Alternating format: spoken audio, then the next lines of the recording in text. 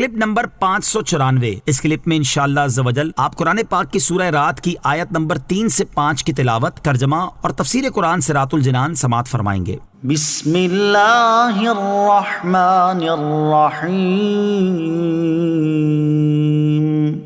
اللہ کے نام سے شروع جو نہایت مہربان رحمت والا ہے۔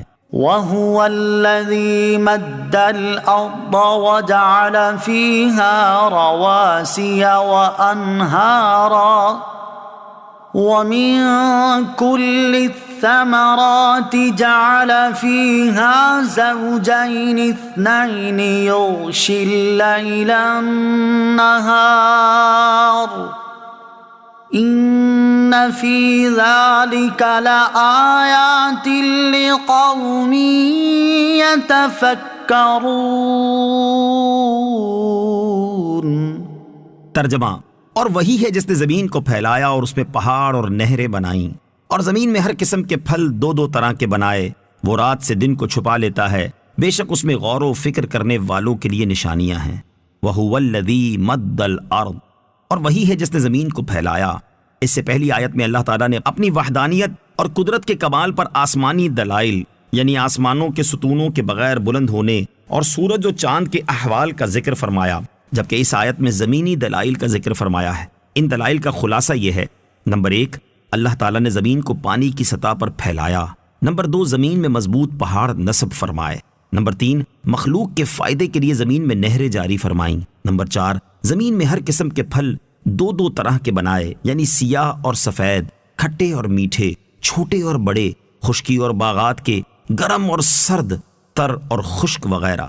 نمبر 5، اللہ تعالیٰ دن کو رات کے اندھیرے سے اور رات کو دن کی روشنی سے چھپا دیتا ہے۔ بے شک ان عجیب و غریب صنعتوں میں غور و فکر کرنے والوں کے لیے نشانیاں ہیں، جنہیں دیکھ کر وہ سمجھ جائیں گے کہ یہ تمام آثار بنانے والے، حکمت والے اور قدرت والے کے وجود پر دلالت کرتے ہیں۔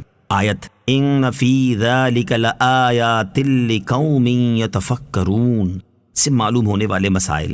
اس سے 2 مسئلے معلوم ہوئے۔ نمبر 1، سارا جہان سمجھدار کے لیے معرفت الہی کا دفتر ہے۔ نمبر 2، فکر اور غور و خوض اعلیٰ درجے کی عبادت ہے۔ 1 ساعت کی فکر 1000 برس کے ذکر سے افضل ہے۔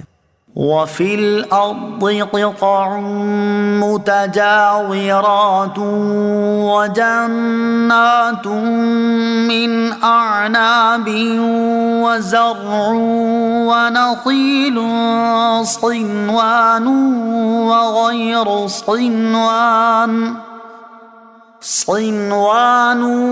وَغَيْرُ صِنْوَانٍ يُسْقَىٰ بِمَاءٍ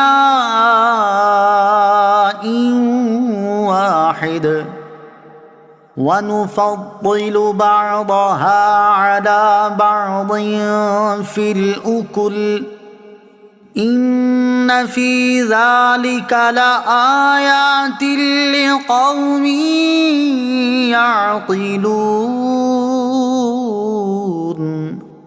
ترجمہ، اور زمین کے مختلف حصے ہیں جو ایک دوسرے کے قریب قریب ہیں، اور انگوروں کے باغ ہیں اور کھیتی اور کھجور کے درخت ہیں، ایک جڑ سے اگے ہوئے اور الگ الگ اگے ہوئے، سب کو ایک ہی پانی دیا جاتا ہے، اور پھلوں میں ہم ایک کو دوسرے سے بہتر بناتے ہیں۔ بے شک اس میں عقل مندوں کے لیے نشانیاں ہیں۔ وَفِي الْأَرْضِ قِطَعٌ، اور زمین کے مختلف حصے ہیں۔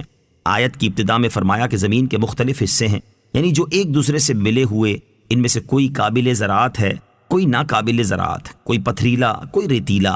اس کے بعد ایک منفرد انداز میں قدرت الہی کا بیان فرمایا کہ ایک ہی پانی اور ایک ہی زمین سے قریب قریب ہونے کے باوجود اللہ عز و جل مختلف رنگ، خوشبو، ذائقے، سائز اور قسم کے پھل پیدا فرماتا ہے۔ پھر ان میں سے ہر ایک میں اللہ عز و جل کی قدرت کی نشانیاں ہیں کہ ایک ہی درخت پر اگنے والا کوئی پھل چھوٹا، کوئی بڑا، کوئی میٹھا، کوئی کھٹا، اور اس کے علاوہ کیا کیا باریکیاں ایک ایک دانے میں رکھی گئی ہیں، وہ اللہ عز و جل ہی بہتر جانتا ہے۔ وَإِن تَعْجَبْ فَعَجَبٌ قَوْلُهُمْ أَإِذَا كُنَّا تُرَابًا أَإِنَّا لَفِي خَلْقٍ جَدِيدٍ أُولَئِكَ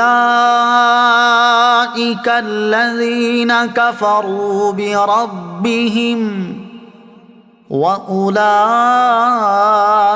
الْأَغْلَالُ فِي أَعْنَاقِهِمْ وَأُولَئِكَ أَصْحَابُ النَّارِ هُمْ فِيهَا خَالِدُونَ۔ ترجمہ: اور اگر تم تعجب کرو تو تعجب والی چیز تو ان کا یہ کہنا ہے کہ کیا جب ہم مٹی ہو جائیں گے تو کیا ہم پھر نئے سرے سے بنائے جائیں گے؟ یہی وہ لوگ ہیں جنہوں نے اپنے رب کا انکار کیا، اور یہی ہیں جن کی گردنوں میں طوق ہوں گے، اور یہی جہنمی ہیں، اس میں ہمیشہ رہیں گے۔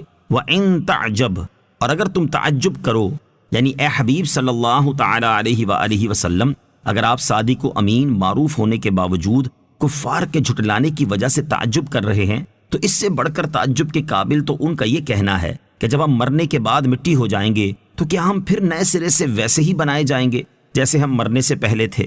یہ بات ان کی سمجھ میں نہ آئی کہ جس نے ابتداءً بغیر مثال کے پیدا کر دیا، اس کو دوبارہ پیدا کرنا کیا مشکل ہے۔ یہی وہ لوگ ہیں جنہوں نے اپنے رب عز و جل کا انکار کیا، ان کا انجام یہ ہوگا کہ بروز قیامت ان کی گردنوں میں طوق ہوں گے، یہ جہنم میں ہمیشہ رہیں گے اور اس سے نہ کبھی نکل سکیں گے اور نہ انہیں وہاں موت آئے گی۔